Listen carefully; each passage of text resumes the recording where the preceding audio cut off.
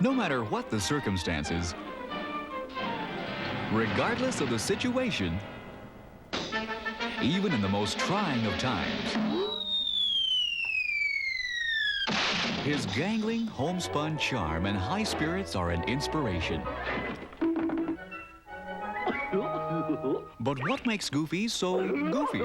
Let's go back to 1932 when he made his inauspicious screen debut. It all began in Mickey's Revue with a role as a spectator during a performance.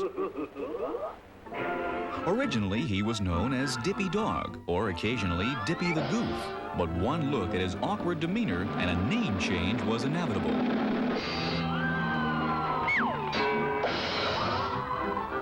Jack Kenny, veteran animator, storyman, and director, began with Disney in 1931 and eventually headed the Goofy unit. The reason I picked the Goof as the character I like to do, having worked with all the rest of them, was the fact that he was such a nice, lean, easy-going kind of a guy, and his actual frame of his body was the type that you could bend, twist, turn upside down, tie in knots, pull. We even have his eyeballs bounce out and back and forth. Well, you do anything with the guy. There was no end to the trials and tribulations Goofy suffered at the hands of his animators, but he always came out smiling. Mice. Goofy's first lead role was opposite an insect pal named Wilbur. A lazy day of fishing allowed Goofy to run the full range of emotions from grief... I'll never see him again. Goodbye, old pal. ...to absolute joy.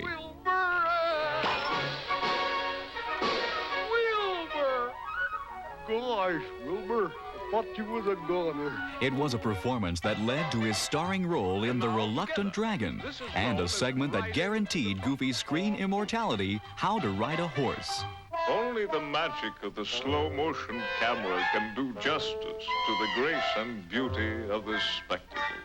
I'd gotten the okay from Walt to do a How to series with the Goof, using narration, and we started the first one was with How to Ride a Horse, which Walt was much into because of his playing the polo bit, you know. And then from there on, we just picked any particular sport that we happened to think might be a going thing at the time or in season. From then on, the sky was the limit when it came to Goofy's instructional adventures. His hilarious methods of trial and error led to one of the most popular series of cartoons in Hollywood. The sailor has developed the perfect set of sea legs.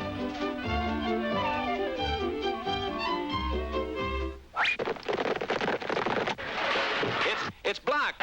The pitching demands limber brains and well-coordinated muscles, not only in the throwing arm, but of the entire body, in order to achieve that bullet-like delivery of the ball.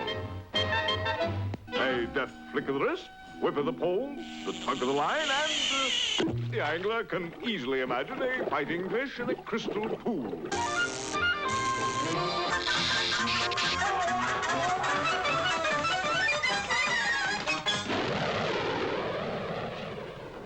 What a gal.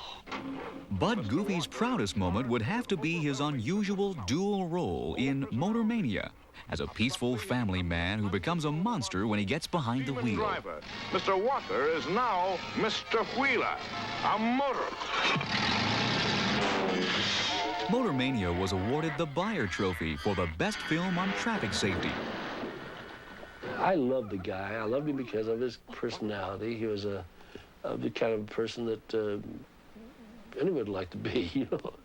And not bothered by anything. He's not worried about the world conditions or anything else. It was his world.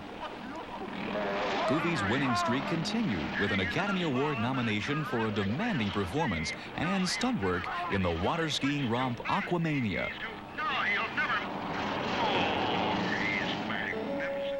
And, of course, his triumphant return to the screen as a ghost in Mickey's Christmas Carol.